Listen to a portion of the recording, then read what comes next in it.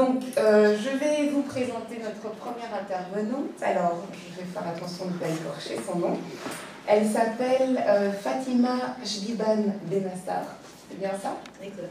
Alors, elle est à la base, elle a fait beaucoup de choses. Elle est enseignante d'anglais et de français à la retraite. Elle me disait tout à l'heure qu'elle était professeure au Maroc et qu'elle est arrivée en France en 1977.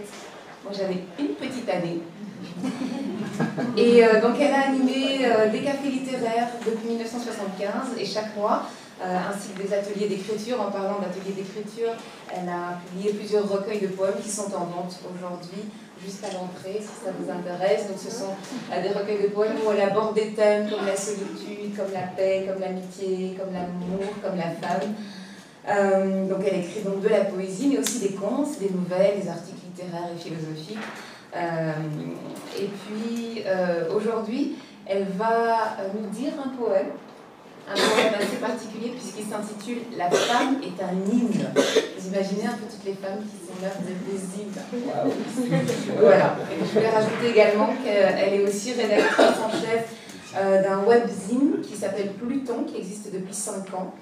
Et elle tient aussi une chronique littéraire dans ce magazine en ligne. Voilà, je vous demande de l'accueillir.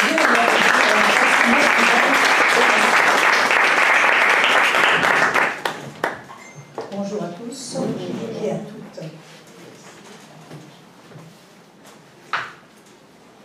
Donc je ne vais rien dire de moi, tout a été dit ou presque, parce que sinon ça prendrait une journée pour vous parler de moi. Et c'est une chose dont j'ai horreur. Et si je le fais, c'est uniquement par nécessité et parce qu'on me le demande. Donc, tout de suite, la femme est un hymne. Avec ses courbures, ses formes, ton corps informe et déforme.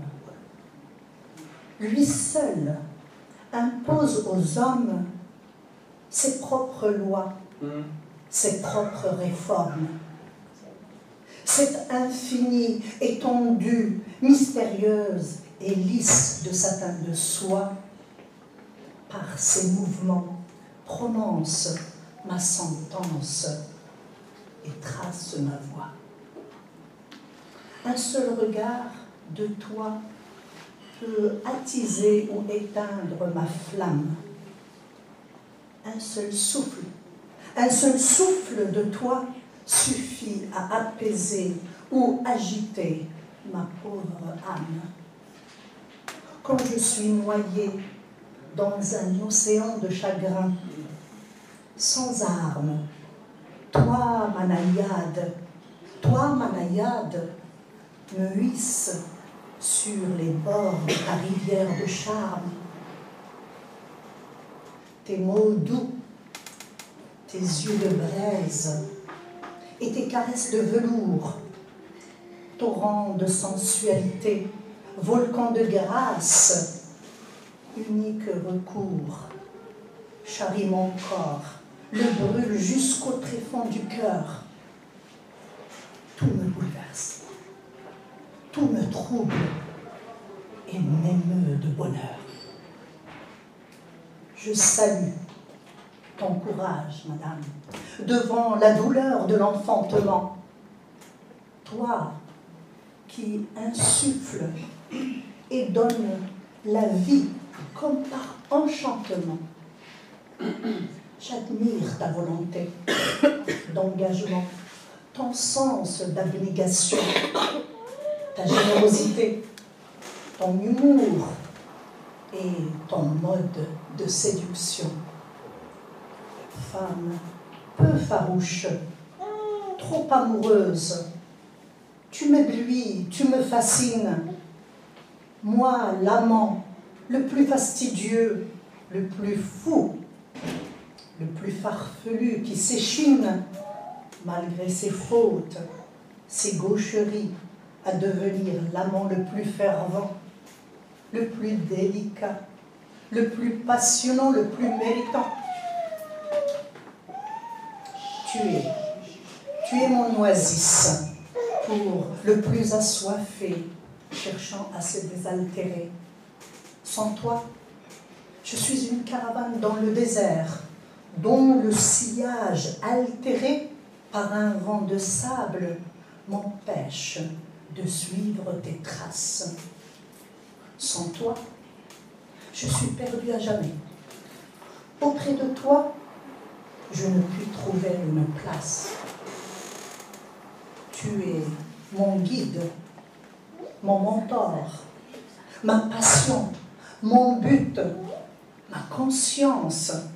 Tu es ce miroir qui me renvoie mon image, révèle mon insouciance de mes intérêts tel un jeune adolescent qui, sans maturité, se démène dans l'amour, dépourvu de patience et de lucidité.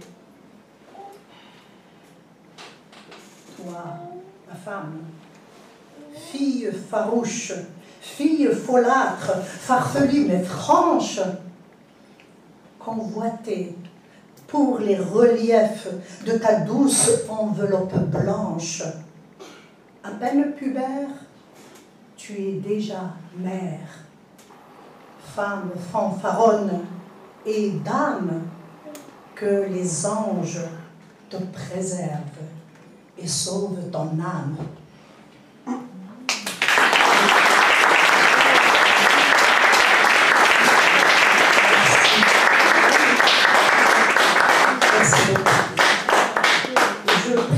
J'ai préféré déclamer un poème sur la femme pour rendre hommage, mesdames. Merci de votre préparé sur la paix. Bravo.